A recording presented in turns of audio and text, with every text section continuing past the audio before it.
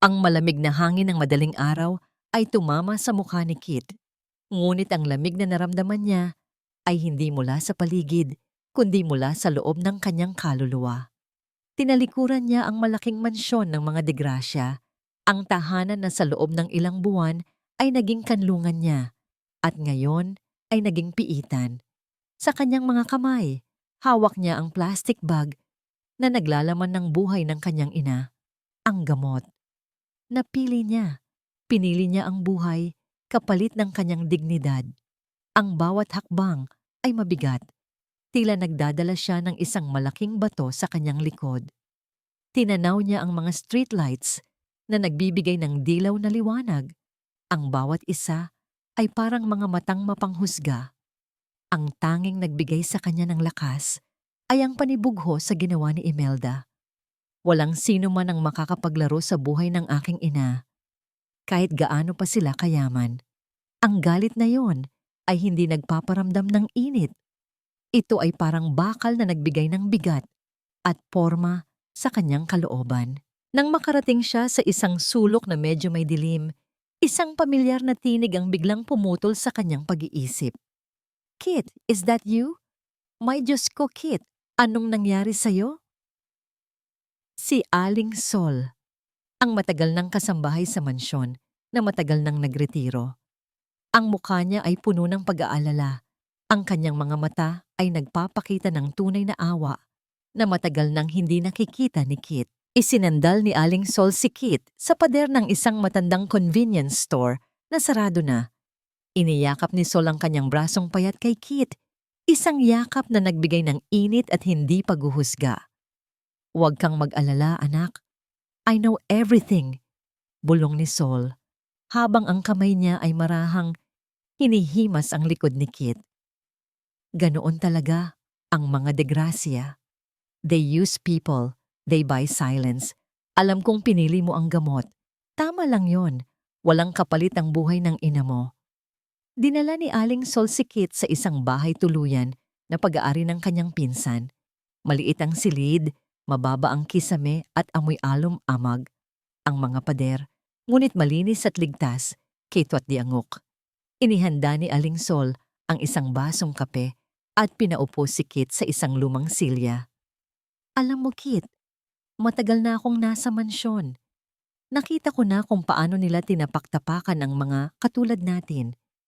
Pero may isa pang sikreto, mas malaki kaysa sa pagiging masama ni Imelda," sabi ni Aling Sol, pinunasan ang kanyang mata. Sinabi niya ang tungkol sa kasalanan ng pamilya.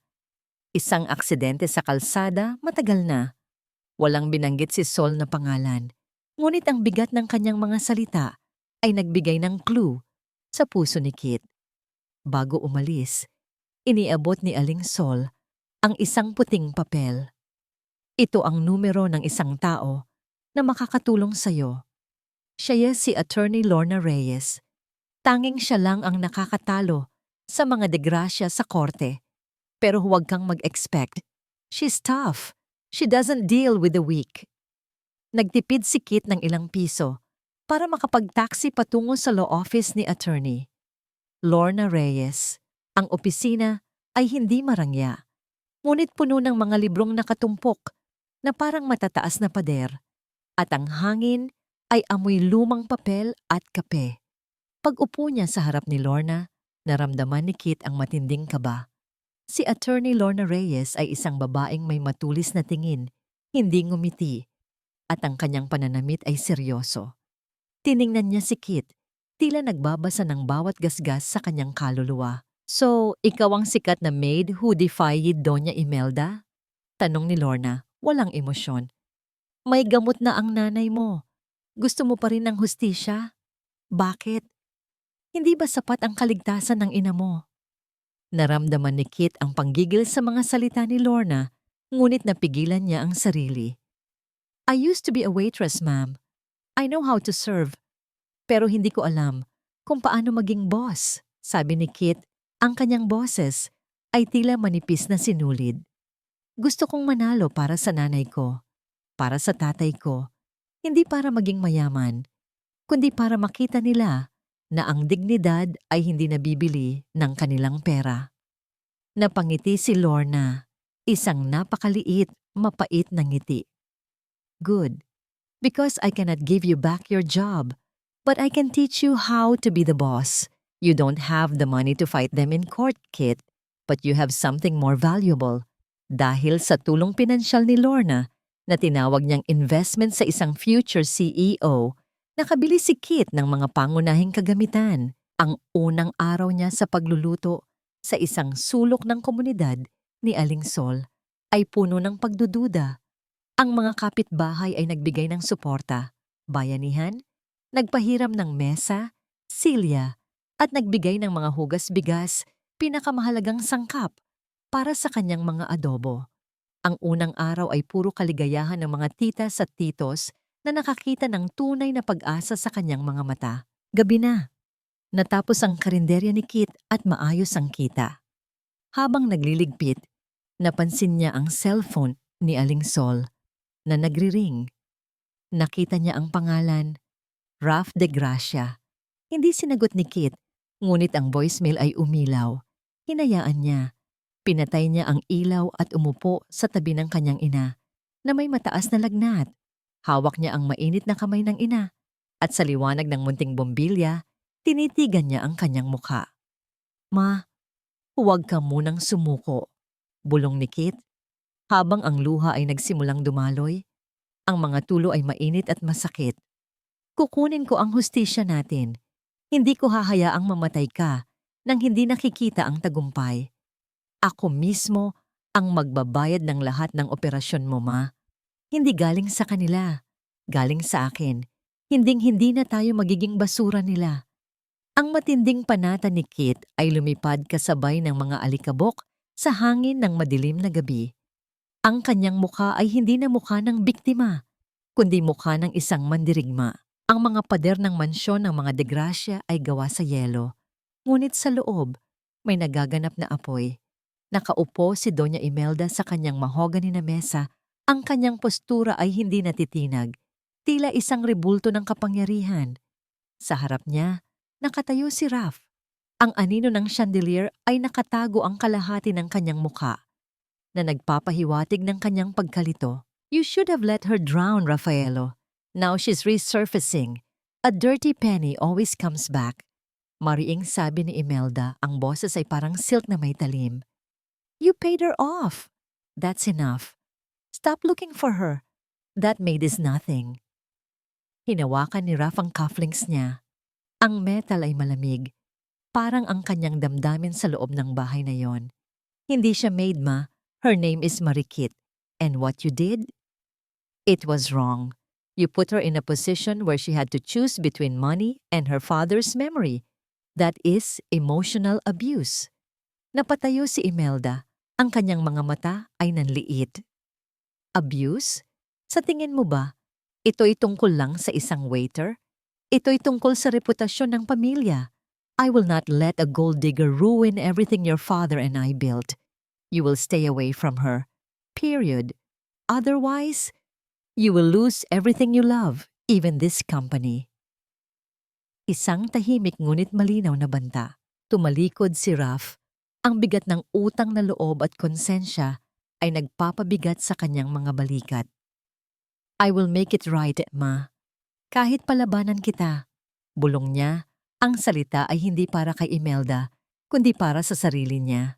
Samantala, sa labas ng mundong yon ng kayamanan at pagtatago ng kasalanan, nagsimulang umusbong ang pag-asa.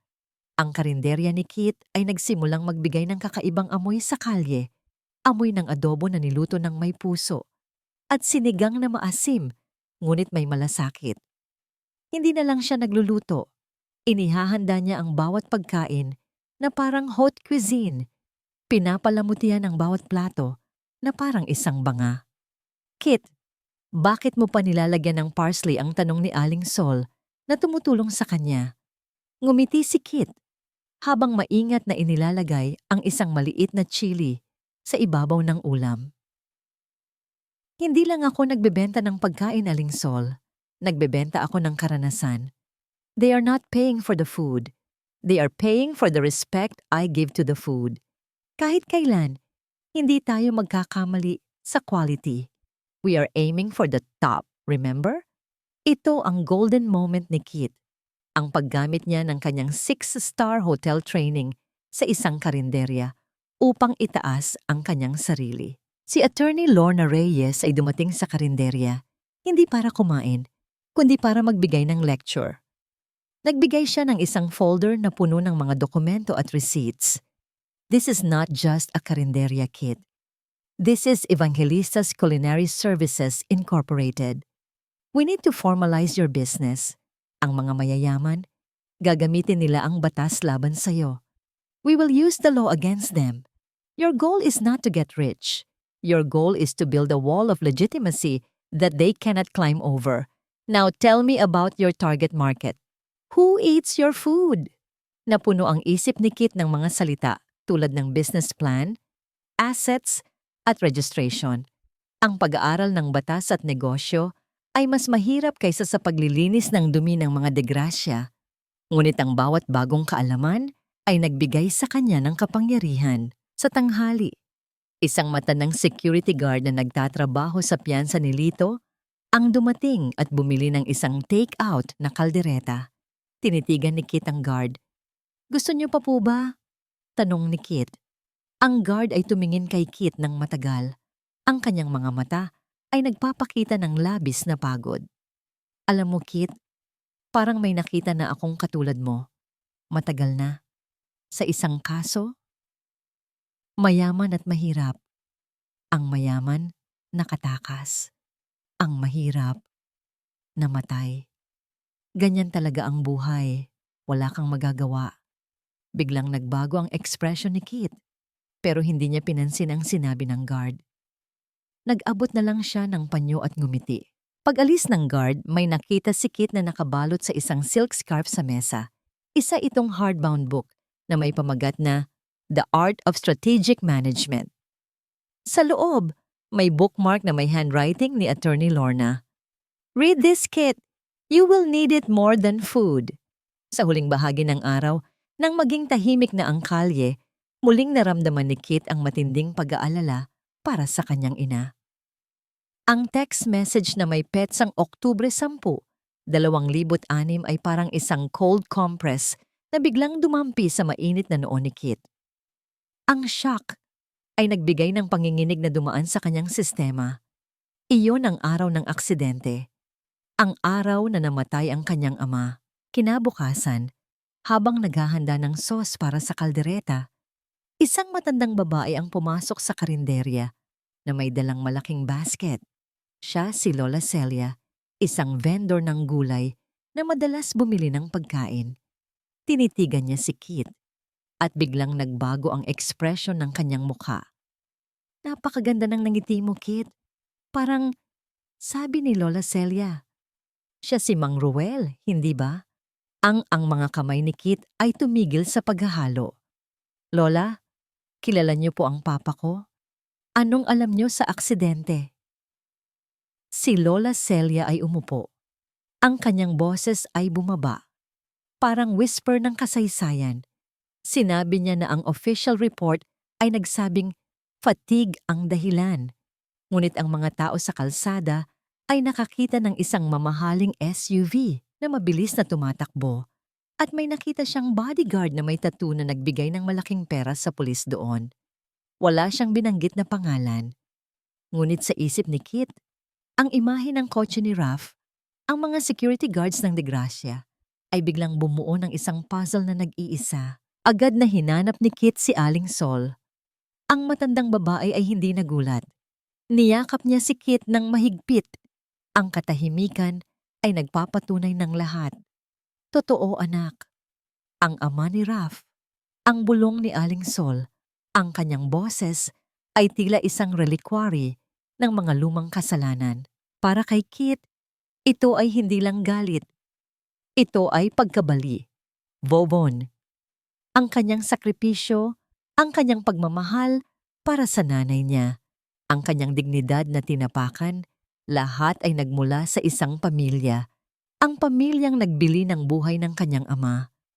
Kung ang kamay ni Raf ay nakahawak sa mga stocks ng kumpanya, ang kamay ni Kit ay nakahawak sa memories ng isang kamatayan na itinago. Ang kanyang pananaw sa mundo ay biglang naging itim at puti. Hindi na lang ito tungkol sa pera at kapangyarihan. Ito ay tungkol sa kaluluwa. Hiniling ni Kit na makipagkita kay Attorney Lorna. Ang abogado ay nakinig sa kanyang kwento. Walang comment sa mukha. You know what this means, Kit? You have a motive now, not just about being humiliated. This is about, paliwanag ni Lorna. Ang kanyang mga salita ay parang granite na nagbigay ng tibay. Samantala, sa corporate world, nagbigay ng speech si Lito. Sa isang tahimik na sulok ng conference room, sinabi niya sa isang kasamahan, Ralph is weak. Hindi niya alam na ang lahat ng degrasya ay may bahid ng kasalanan. Soon, I will use that weakness to take over the company. Ipapahiya ko siya sa harap ng lahat. Ang mga salita niya ay nagpahiwatig ng kanyang ambisyon at kasamaan. Bumalik si Kit sa bahay tuluyan. Sa gitna ng kanyang kalungkutan at galit, nakita niya ang isang photo frame sa kanyang drawer. Ito ang huling litrato ng kanyang pamilya. Nakita niya ang isang scar sa kaliwang temple ng kanyang ama. Isang scar na galing sa isang laban na hindi niya alam. Ang araw ay sumikat ng mas maliwanag sa ibabaw ng karinderya ni Kit. Hindi na lang ito isang tindahan. Ito ay isang beacon ng pag-asa sa gitna ng kahirapan. Ang mga customer ay dumarating ng marami, hindi lang dahil sa masarap na luto ni Kit, kundi dahil sa aura ng katapatan na nakapaligid sa kanya. Isang umaga, dumating ang isang batang babae na may dalang kamera at mikropono. Siya si Sofia, isang sikat na food blogger na kilala sa kanyang mga review ng mga authentic at local na lutuin. Sa loob ng karinderya, habang nakarecord ang kamera, ipinaliwanag ni Kit ang bawat ulam. Ang mga salita niya ay puno ng emosyon at ang blogger ay humanga. Nang lumabas ang review, ang dami ng tao ay biglang dumami. Ang karinderya ni Kit ay naging talk of the town. Ang maliit na mesa na hiniram ni Aling Sol ay napuno ng mga orders na patunayan ni Kit na ang hard work at integrity ay mas makapangyarihan kaysa sa power at pride.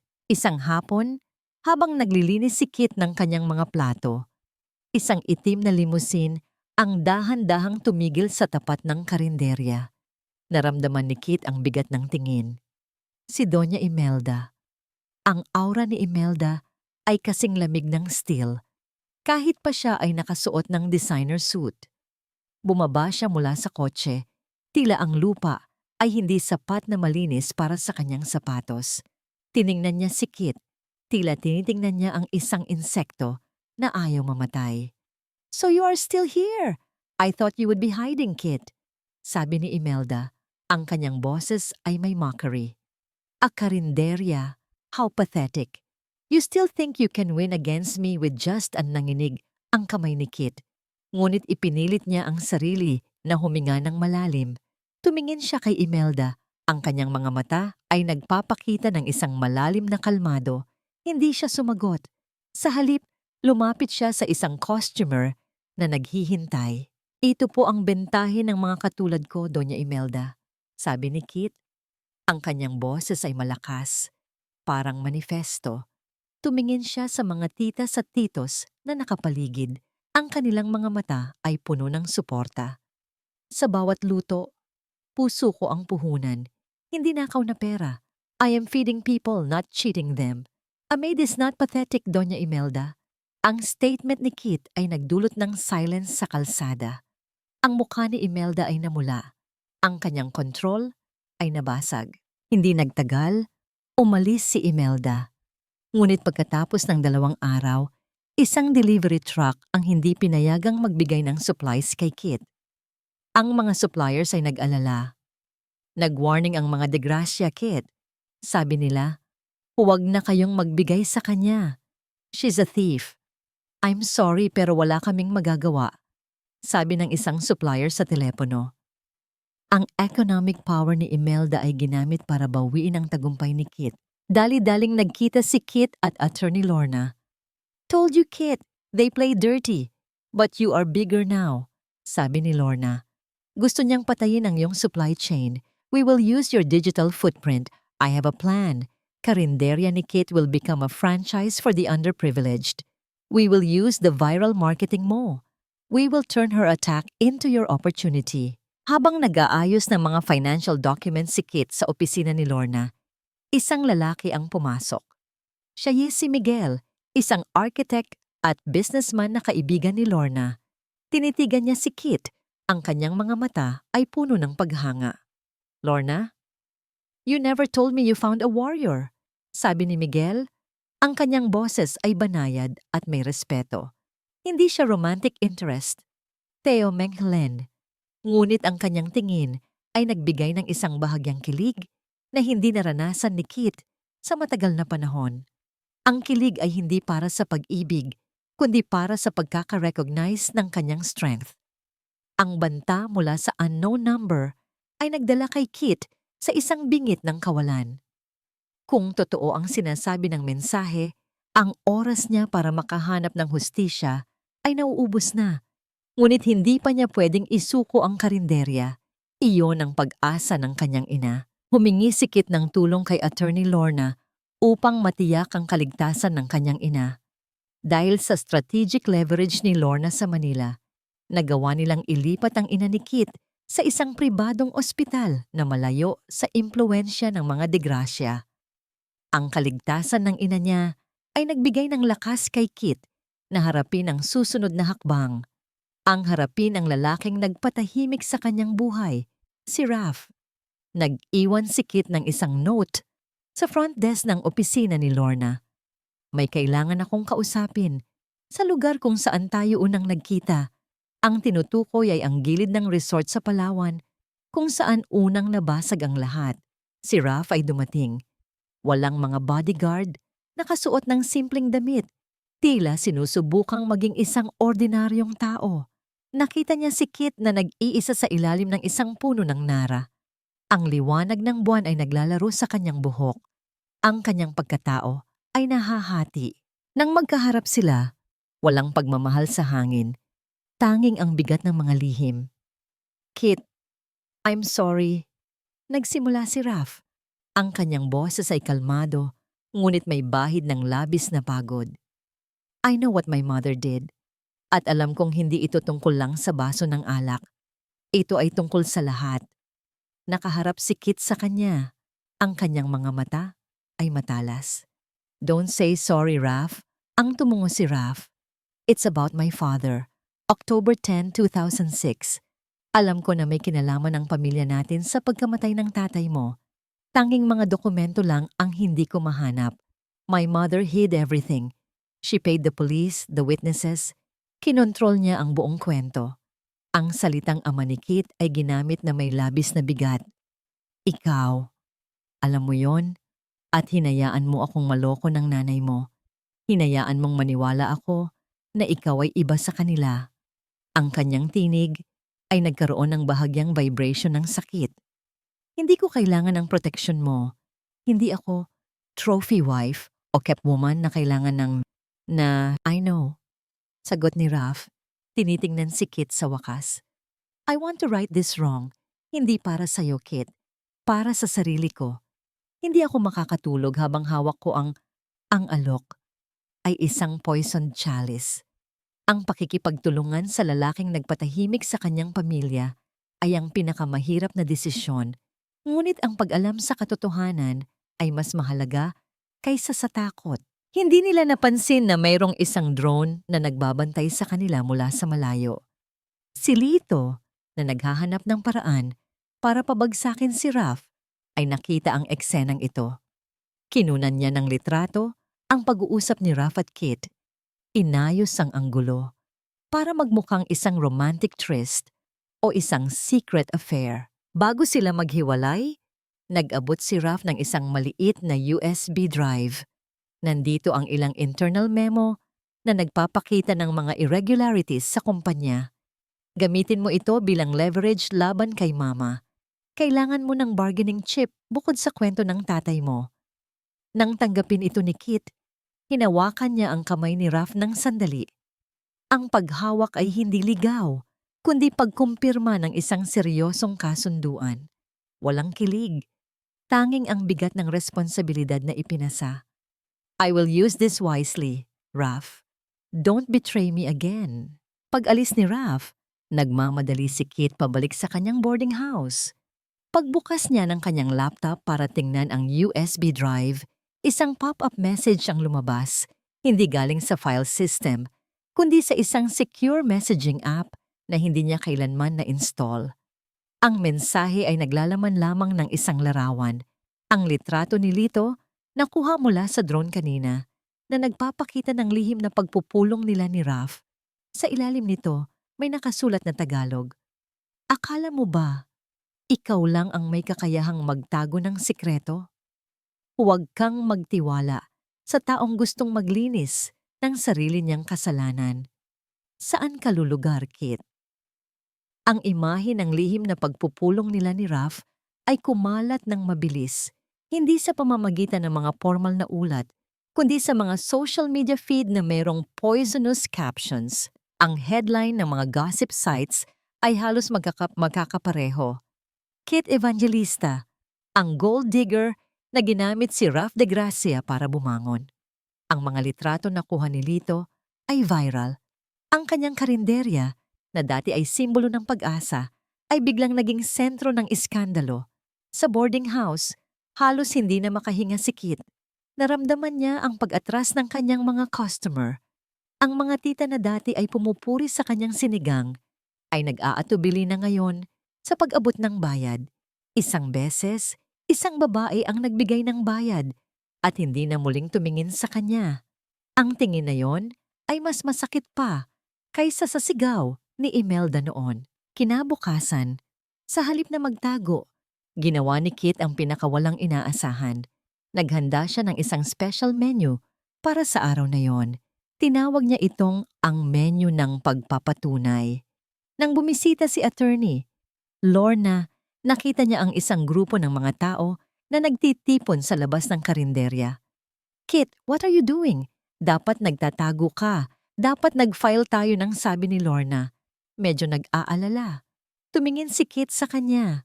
Ang kanyang mga mata ay hindi na puno ng takot, kundi ng isang matigas na determinasyon. Hindi ako magtatago, ma'am. Ito ang pinakamalaking pagkakamali nila. Sa pag-akusa nila sa akin bilang isang sa gitna ng mga tao, humarap si Kit sa mga cellphone camera ng mga tao na nagre-record. Para sa lahat ng naniniwala sa mga chismis, salamat. Simula ni Kit, ang kanyang boses ay steady at malinaw. Ang totoo, may lalaking nag-alok sa akin ng pera para makalimutan ang kasalanan ng kanyang pamilya. Tumanggi ako. At ngayon, sinusubukan nila akong sirain sa pamamagitan ng pagtawag sa akin na magnanakaw at kabit. Pero tignan niyo ang lamesa ko. Ang bawat sentimo dito ay galing sa pawis ko. Sa bawat, ang mga tao ay nagsimulang magpalakpakan. Ang emosyon ay nag-uumpisa ng magbago. Doña Imelda can buy all the lawyers in Manila, but she cannot buy the truth in this sinigang, dagdag ni Kit. Kahit pa i-block nila ang supplies ko, hahanap ako ng paraan. Ang karinderya ni Kit ay magpapatuloy, at ang aking susunod na pagkain ay hindi lang para sa inyo. Ito ay para sa demanda na isasampa ko laban sa lahat ng nagpakalat ng kasinungalingan. Pagkatapos ng speech ni Kit, lumapit si Attorney Lorna na may ngiti. That was beautiful, Kit. I'm filing the libel suit tomorrow. And dahil sa public attention na nakuha mo, I have a better idea about the supply chain issue. Sa pagtatapos ng araw, habang naglilinis, napansin ni Kit na si Miguel, ang architect, ay bumalik. Hindi siya kumain, tanging nag-iwan lang ng isang blueprint sa mesa. For your expansion, Kit, sabi ni Miguel nang hindi nagpapakita ng anumang romantic intent. I believe in your vision. Kapag nagtayo ka ng isang bagay, dapat matibay. Ito ang disenyo para sa susunod mong branch. Walang utang, walang favor. Just good business. Ang blueprint ay nagpapakita ng isang maliit, ngunit matibay na istruktura. Ito ay isang gesture ng pure respect sa kanyang kakayahan, hindi sa kanyang pangangailangan. Ito ang kilig na hinahanap ng mga tagapakinig, ang kilig ng pagiging respected. Ang encrypted file mula kay Lito ay parang isang lason na unti-unting kumakalat sa sistema ni Kit. Ang pagpili ay malinaw, ngunit ang bigat nito ay hindi matatawaran.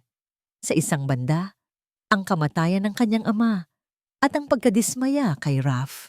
Sa kabilang banda, ang buhay ng kanyang ina na nakasalalay sa erythropoietin na ngayon ay matagal nang ubos. Nang sumunod na araw, nakatayo si Kit sa harap ng kanyang ina sa pribadong silid. Ang ina, bagamat mahina, ay nakangiti. Masaya ako nakita kita, anak. Ang mga salitang iyon ay parang isang matalim na tinik sa puso ni Kit. Ang kanyang ina ay nakikita ang pumasok si Attorney Lorna. Ang kanyang mukha ay seryoso. Kit, hindi ko ito gustong sabihin, ngunit meron akong balita. Si Doña Imelda ay gumawa ng isang malaking hakbang. Nag-aalok siya ng buyout sa buong karinderya mo.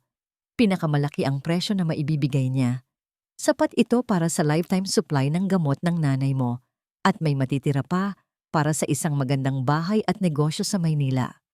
Ang alok ay sapat upang palayain si Kit mula sa lahat ng kanyang mga pasanin. Ang timbang ng responsibilidad ay biglang gumaan. Maari na siyang magpahinga. Maari na siyang maging masaya ang ina. Umupo si Kit sa isang upuan sa gilid ng kama ng kanyang ina. Hinawakan niya ang USB drive na may evidence laban kay Raph. Pinikit niya ang kanyang mga mata. Kung tatanggapin ko ang pera, Ma'am Lorna, ang ibig sabihin nito ay tinatanggap ko na ang kasinungalingan. Ibig sabihin, pinapatay ko ang alaala ng tatay ko sa pangalawang pagkakataon. Ang pera ni Imelda ay hindi pera. Ito ay dugo at pagkukubli ng isang krimen.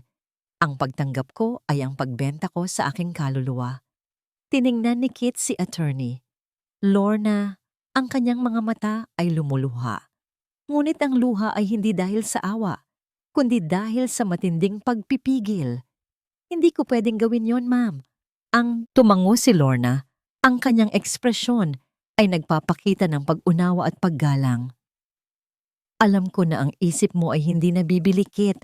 Kaya nga kita tinulungan, Bodomang. Hayaan natin si Raph na harapin ang sarili niyang laban. Mariing sagot ni Kit.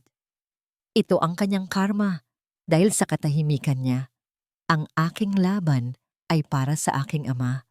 Kailangan kong gamitin ang evidence ni Raph para maipanalo ang kaso ng tatay ko, hindi para iligtas siya sa kulungan. Hinding-hindi ko isusuko ang hustisya para sa isang. Sa kabilang banda, si Raph ay dumadaan sa pinakamahirap na panahon ng kanyang buhay.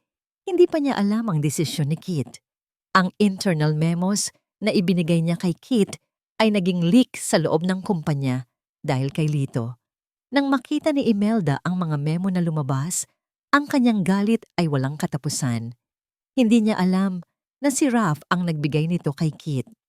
Sa kanyang paningin, si Raph ay nagtataksil.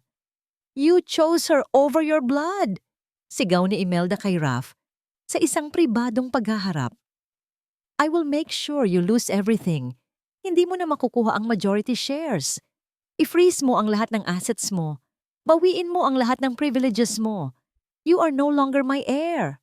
Ang corporate power ni Raph ay unti-unting binalikwas. Ang kanyang pagsubok na bumawi sa kasalanan ay nagdala sa kanya sa ganap na pagkawala ng kanyang kayamanan. Dahil sa tulong ni Lorna, ang ina ni Kit ay nakaranas ng isang araw na walang sakit. Pinayagan si Kit na manatili sa tabi ng kanyang ina sa loob ng 2 oras nang walang machinery na nakapaligid. Nagdala si Kit ng isang maliit na recorder na may mga relaxing nature sounds na binili niya. Ang tunog ng umaagos na ilog at ang malamyos na ihip ng hangin sa mga dahon. Hindi ito onomatopoeia, kundi isang description ng kanyang playlist. Ito ang una niyang karanasan na inaalagaan niya ang kanyang sarili, kahit sandali. Habang nagpapahinga ang ina, hinawakan ni Kit ang kamay nito na puno ng pagmamahal at pag-asa. Ang mga daliri ng kanyang ina ay mayroon ng arthritis mula sa paghihirap. Marahan na hinaplos ni Kit ang kamay ng ina. Hindi humihingi ng anuman, tanging nag-aalok ng comfort. Gagawin ko ang lahat, ma, para lang makita kitang nangumiti ng ganito. Kahit wala ng pera, kahit wala ng lahat. Ang summons na ipinadala sa korte ay isang lightning rod na nagtipon sa lahat ng political storm sa isang lugar. Ang board meeting ng De Gracia Shipping ay hindi na lamang tungkol sa corporate takeover ni Lito. Ito ay naging isang public trial laban sa kasinungalingan na itinayo ni Doña Imelda sa loob ng maraming dekada. Dumating si Marikit, hindi bilang isang biktima, kundi kasama si Attorney Lorna Reyes. Ang kanilang tindig ay matatag. Tanging ang black suit ni Lorna ang nagsisilbing armor niya, habang ang pananamit ni Kit ay simple ngunit may dignity. Nagsimula ang pagpupulong sa pagsisikap ni Lito na ilagay si Raf sa alanganin. Inilatag niya ang mga memo na ipinadala ni Raf kay Kit. Ginawa itong parang isang krimen ng industrial espionage. Tingnan ninyo ito. Si Raf, ang inyong tagapagmana, ay nakikipagsabwatan sa labas. Ginamit niya ang kumpanya para sa kanyang personal na laro.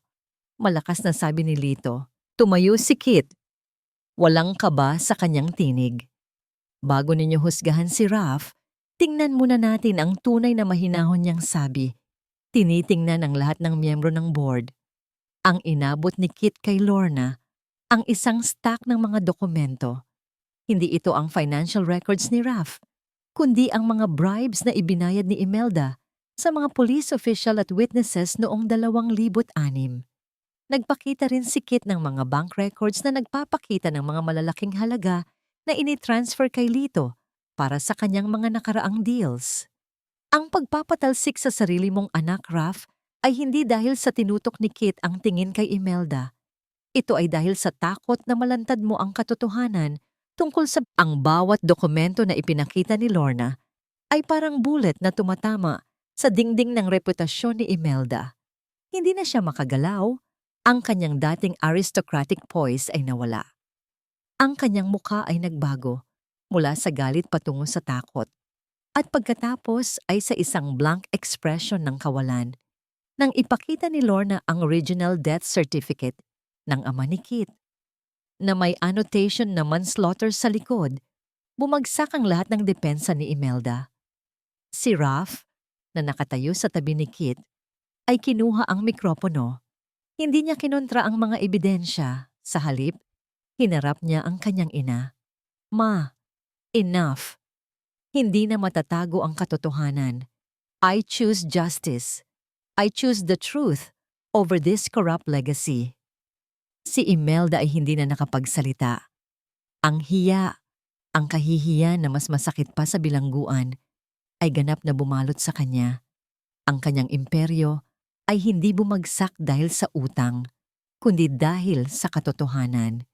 Tiningnan niya si Kit, hindi na may pagkamuhi, kundi may walang laman na pagkilala. Nang matapos ang lahat, nang lumabas si Imelda sa silid, walang sound ng mga kamera o sigawan. Tanging ang tunog ng mga security personnel na nag-aalok ng tulong ang narinig. Ngunit hindi na ito mahalaga kay Kit. Ang bigat na dinadala niya sa kanyang dibdib sa loob ng maraming taon, ang bigat ng di malay na pagdadalamhati ay biglang gumaan. Habang naglalakad sila ni Lorna palabas, tumingin si Kit sa kanyang mga kamay. Hindi na ito nanginginig. Ang mga scars ay naroon pa rin, ngunit hindi na ito tanda ng kahihiyan. Ito ay marka ng digmaan na kanyang kinaharap. Isang simpleng gesture ng pasasalamat ang ginawa niya kay Lorna. Isang pagmamano na puno ng respeto. Matapos ang paglilinaw sa korte, naramdaman ni Marikit ang isang kakaibang katahimikan sa kanyang kalooban. Hindi ito kaligayahan, ngunit ito ay ang pagtigil ng isang nagngangalit na unos. Ang gabi ay ipinangako kay Lorna Reyes na hindi niya hahayaan na mawala ang momentum. Ngunit ang human heart ay hindi laging sumusunod sa legal strategy. Bago ang press conference na nakatakdang magbaligtad ng lahat ng nakasanayan sa high society ng Maynila, nagpasiya si Kit na bumisita sa kanyang ina. Ang ospital ay isang lugar ng katahimikan, Hindi tulad ng mga boardroom na puno ng tensyon. Hinawakan niya ang kamay ng kanyang ina. Ang ina ay nakapikit. Ang kanyang paghinga ay mababaw, ngunit regular. Isang ebidensya ng matagumpay na paggamit ng supply na nakuha ni Kit sa chapter 1. Ma! Bulong ni Kit na tila isang panalangin. Malapit na. Malapit na akong maging malaya para sa inyo. Ang lahat ng paghihirap mo, hindi ito nasayang. Nakita ko ang pagbagsak nila. At ngayon, kailangan kong tapusin ito para sa sandaling iyon. Naramdaman ni Kit ang bigat ng kanyang mga desisyon. Kung siya ay tumakbo ngayon patungo sa press conference, ito ay para sa paghihiganti ng kanyang ama. Kung siya ay mananatili, ito ay para sa kapayapaan ng kanyang ina.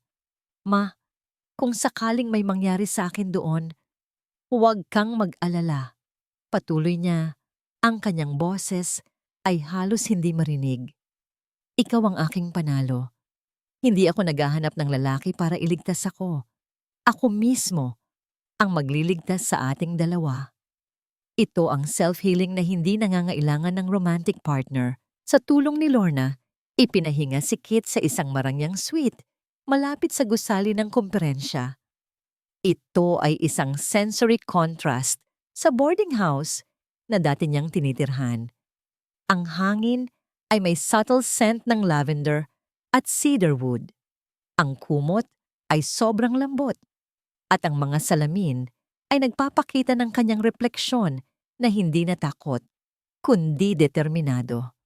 Nang magbihis siya, sinuot niya ang isang damit na ipinautang ni Lorna. Simple, ngunit eleganteng kulay navy blue. Habang nag-aayos ng kanyang sarili, napatingin siya sa kanyang refleksyon. Hindi na siya ang babaeng tinitingnan ni Raf noon. Hindi na siya ang maid na inalipusta ni Imelda. Siya si Mary Kit Evangelista, isang entrepreneur na nagtayo ng sarili niyang brand mula sa wala.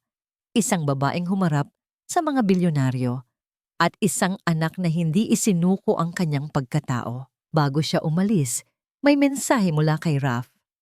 Si Raf, na kasalukuyang nasa gitna ng internal turmoil matapos ang pagpapalabas ng mga memo at pag-atake ni Imelda, ay nag-iwan ng mensahe.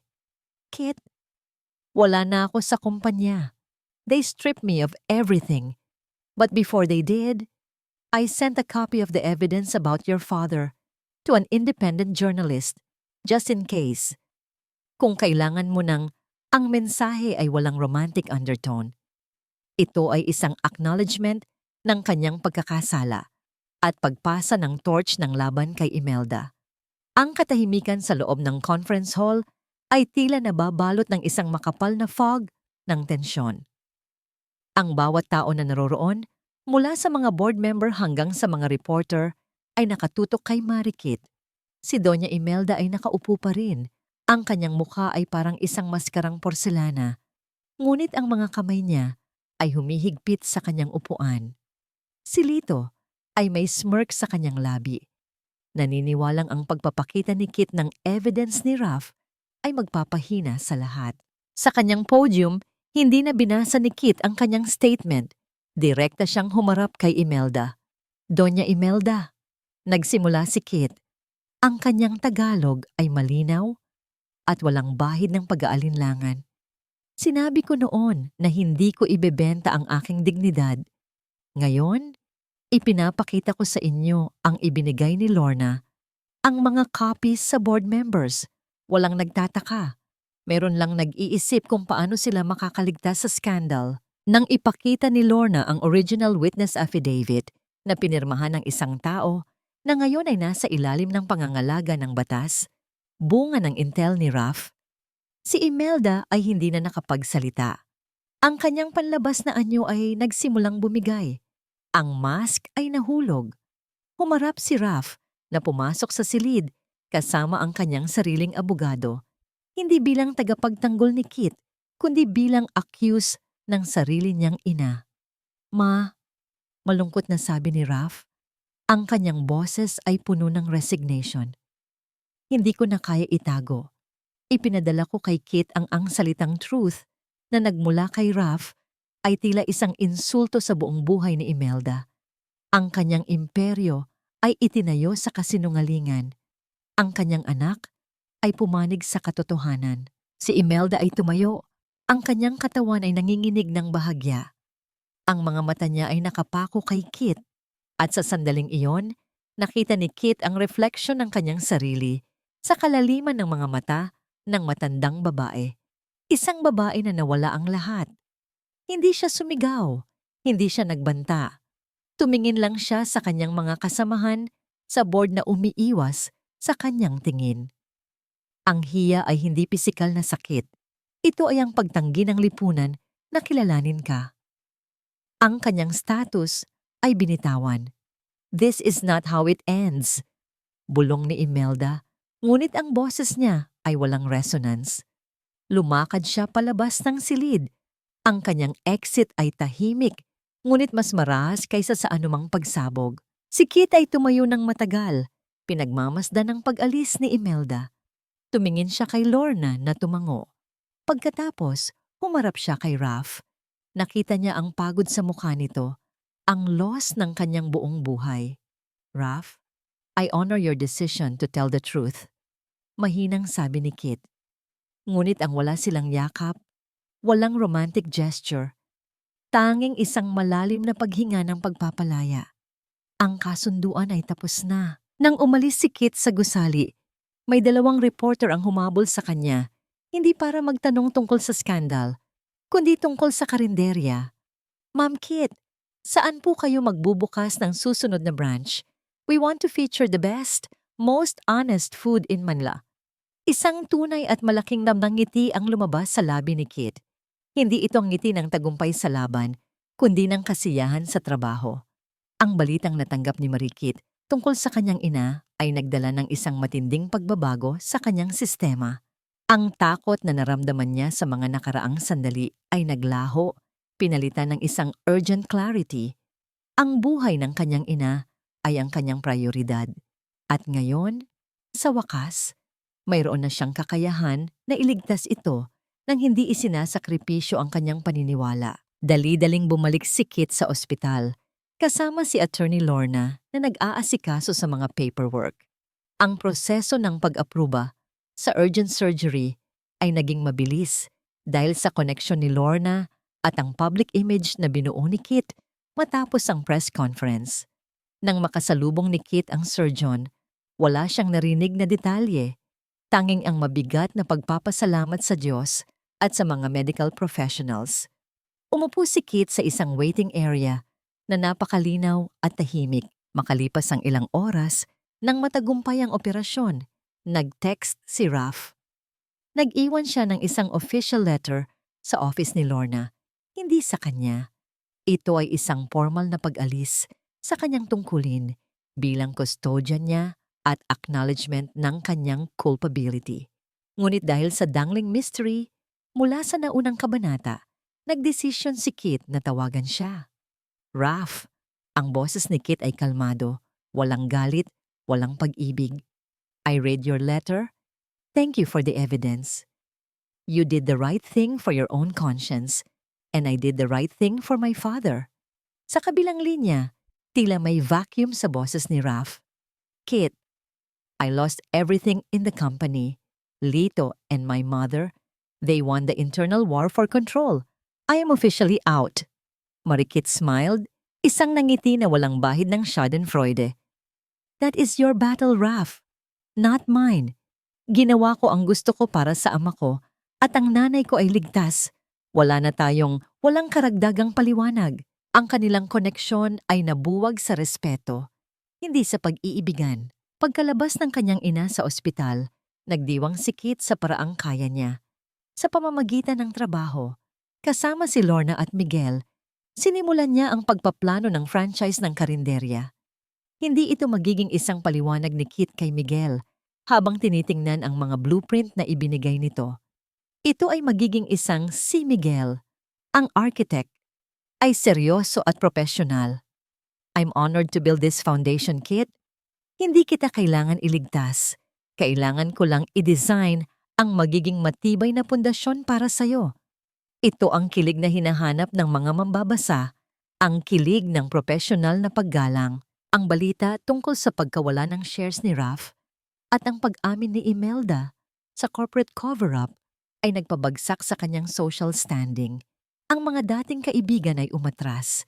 Si Imelda ay naglaho mula sa mga gala at mga society pages. Ang kanyang dating mundo na gawa sa bling at power ay naging isang lonely mansion na puno ng tahimik na mga pasilyo.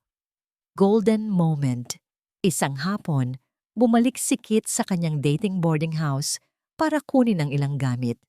Habang tinitingnan niya ang dating maliit na lamesa kung saan siya nagluto, naramdaman niya ang pag-agos ng gratitude. Kinuha niya ang isang steel spoon na ginamit niya sa unang araw at inilagay ito sa isang maliit na velvet box. Ikaw ang unang saksi ng aking pag-ahon, bulong niya. Ang deed of ownership na natanggap ni Marikit ay nagbigay sa kanya ng bagong layunin na mas malaki pa sa karinderya. Ito ay isang lupain sa Palawan, isang piraso ng lupa na direktang konektado sa kanyang ama. Sa tabi ng opisyal na titulo, naroon ang isang codicil na may attestation mula sa isang notaryo. Noong 2005, ito ang susi na tinutukoy ng kanyang ama. Ang ama ni Kit ay hindi lamang isang biktima. Siya ay isang visionary na may maliit na savings na ipinuhunan sa lupang yon bago pa man lumaki ang resort sa tabi nito. Nakasaad sa codicil na ang lupa ay para sa kanyang pamilya at walang sino man ang maaaring magtayo roon nang walang pahintulot niya, maliban sa isang tao. Ang bahaging ito ay nagdulot ng pag-aalala kay Kit. Sino ang taong iyon na may lifetime right of way? Hindi na naghintay si Kit ng anumang legal battle. Sa tulong ni Lorna at Miguel, ginamit niya ang mga funds mula sa matagumpay na karinderya para simulan ang pagtatayo ng pundasyon ni Ruel, isang vocational center para sa mga kababaihang nais magsimula ng sariling negosyo, gamit ang kanyang kaalaman sa hospitality at culinary arts. Si Miguel ang namahala sa blueprint ng bagong center. Walang anumang romantic tension sa pagitan nila. Ang kanilang mga pag-uusap ay tungkol sa load-bearing capacity at natural lighting. Sa isang hapon, habang pinag-uusapan ang design ng kusina, tumingin si Miguel sa kanya ng may paghanga. Kit, ang tapang mo. Ang ito ay isang pagkilala, hindi isang panliligaw. Nabalitaan ni Kit na si Raf ay nasa Palawan, malapit sa site ng lupa. Nagdesisyon siyang pumunta roon, hindi para sa paghaharap, kundi para sa closure. Natagpuan niya si Raf na nakatayo sa gilid ng lupaing binili ng ama niya, nag-iisa, nakatingin sa dagat. Mas payat si Raf at ang kanyang kasuotan ay nagpapakita ng loss ng kanyang dating status. Raf, tawag ni Kit. Lumingon si Raf. Alam ko na ang tungkol sa lupa. Ginagamit ito ni Imelda dati para sa tinanong ni Kit ang tungkol sa right of way. Natawa si Raf, isang malungkot na tunog. Ang huling hadlang sa kanyang legacy ay nawala. Ang right of way ay walang saysay nang wala na si Imelda sa kontrol. Nang bumalik si Kit sa Maynila, mayroon siyang natanggap na parcel mula sa isang courier na hindi nakilala. Ito ay mula kay Doña Imelda. Ang sulat ay maikli. Nakasulat sa isang eleganteng papel, ngunit ang sulat kamay ay nanginginig. Hindi ito paghingi ng tawad, ngunit isang pag-amin sa kawalan. Kit, ang yaman ay hindi nagbibigay ng kapayapaan. Ang aking pagkontrol ay nagtago sa akin mula sa katotohanan ng pagiging ina. Pinili ko ang aking pride kaysa sa iyong buhay. Ngayon, wala na akong kahit ano. Naway ang iyong tagumpay ay magbigay sa iyo ng init na hindi ko naramdaman kailanman. I am alone. Isang taon ang lumipas mula nang maghiwalay ang kanilang landas ni Raf. Walang sulat, walang update. Si Kit ay hindi na naghahanap ng balita tungkol sa kanya. Ang pagpapatawad ay hindi isang issue sa pagitan nila. Para kay Kit, ang pagpapatawad kay Imelda at Raf ay hindi para sa kanila. kundi para sa kanyang sarili. Sa isang gala, para sa inauguration ng pundasyon ni Roel, nakita niya si Raph na nag-iisa sa isang sulok, hindi na ang mayabang na tagapagmana, kundi isang lalaking may maturity. Naglakad si Kit patungo sa kanya. Raph, tawag niya, ang boses ay calm. Nakita ko ang mga balita tungkol sa sumagot si Raph. Ang kanyang mga mata ay nagpapakita ng deep respect. Kit, hindi ko na kailangan magpaliwanag sa'yo. Alam mo na ang lahat. Pinatawad na kita sa lahat ng ginawa mo sa akin sa loob ng mansyon at sana napatawad mo na rin ako sa aking wala nang kailangang pagtawaran. Sagot ni Kit. Ang walang hug, walang pangako. Tanging isang matalinong pagkilala sa isang nakaraang kasunduan. Ang pundasyon ni Ruel ay umuusbong. Ang dating karinderya ay naging isang training facility.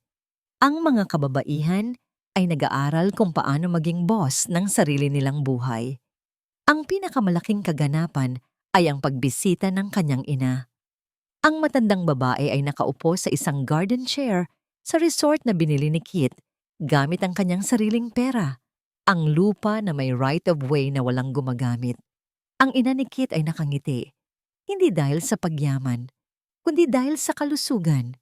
Anak, sa wakas, ang puso ko ay payapa na. Hindi ko inasahan na makikita ko pa ito. Salamat sa paglaban mo para sa ating dalawa. Si Kit ay lumuhod sa tabi ng kanyang ina, isinandal ang kanyang ulo sa tuhod nito. Isang gesture ng pagmamano sa isang ina na hindi na kailangang magsakripisyo. Ito ang patawad na hinahanap ng kanyang kaluluwa. Si Doña Imelda, sa kanyang liblib na mansyon, ay nakatatanggap ng mga sulat mula sa mga charity organization. Ang kanyang estate ay ginagamit na ngayon para pondohan ang mga legal aid para sa mga mahihirap. Isang hindi sinasadyang karma na inayos ni Lorna. Nagsimula siyang magbasa ng mga aklat, natututo ng humility sa pamamagitan ng mga kwento ng iba. Ang kanyang kapalaran ay ang loneliness na pinili niya. Si Lito ay nasa kulungan, naghihintay ng paglilitis para sa fraud at corporate sabotage. Bumalik si Kit sa Palawan. Nakatayo siya sa beachfront ng lupa ng kanyang ama. Ang araw ay papalubog, nagbibigay ng kulay apricot sa kalangitan. Si Miguel ay naroon din, naglalatag ng mga huling plans para sa center. Kit, tawag ni Miguel. Ang ganda ng tanawin. Ang pagpapahalaga mo sa lugar na ito. Ngumiti si Kit. Ang ngiti ay malalim at tunay. Walang lalaki na nag-aalok ng singsing. Walang pangako ng kasal. Ang kanyang kaligayahan ay nakaukit sa bawat ladrilyong inilagay sa pundasyon. Tumingin siya sa dagat. Ang kanyang puso ay puno ng pagmamahal para sa kanyang ina, paggalang para sa kanyang ama, at pagkilala sa kanyang sariling lakas. Wala nang hihigit pa sa kaligayahan na ito, Miguel, sagot ni Kit. Ang kanyang tinig ay puno ng Tagalog na poetry. Ang tunay na hawak niya ang isang bulaklak, hindi sampagwita, kundi isang wild orchid na tumubo sa lupa ng kanyang ama. Walang kilig ng pag-ibig, tanging ang kasiyahan ng isang buhay na napanalunan.